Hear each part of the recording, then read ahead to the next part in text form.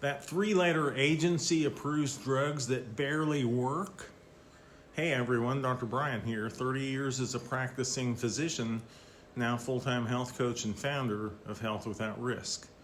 Today, I read something that stopped me in my tracks and my jaw is still on the floor.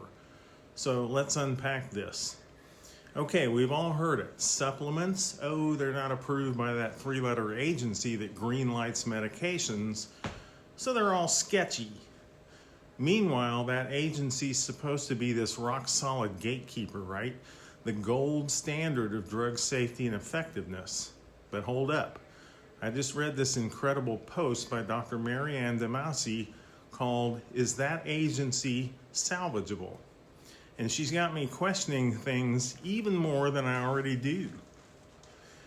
Maryanne Demasi is an Australian investigative journalist and has a PhD in rheumatology. She's best known for her work with the Australian Broadcasting Corporation's show Catalyst. Demasi challenged the scientific consensus on cholesterol, saturated fat, and statins, and argued on air that high blood cholesterol and high saturated fat consumption do not cause or increase risk of cardiovascular disease, and that cholesterol-reducing drugs such as statins are ineffective. Get this, Dr. Demasi says that three-letter agency's been rubber stamping drugs that barely work. Like, we're talking minimal benefit, and big pharma just cashing in. She's citing experts like Jonathan Darrow from Harvard, who's saying the agency doesn't even require drugs to be meaningfully effective. Just some tiny effect and boom, they're approved. And I'm like, wait, what? After 30 years prescribing medications, this one hits different. Take antidepressants, Prozac, Zoloft. Demasi points out research showing most of the improvement might just be placebo effect. But because they squeak by with some statistical blip, they're agency approved and sold as game changers.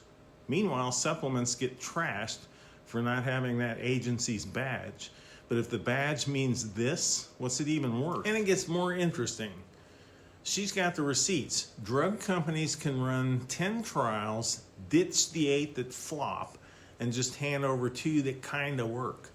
That's how some of these antidepressants got through. Researcher Irving Kirsch and his team dug up 47 trials on 6 big-name drugs via the Freedom of Information Act, with 12 making it to the agency.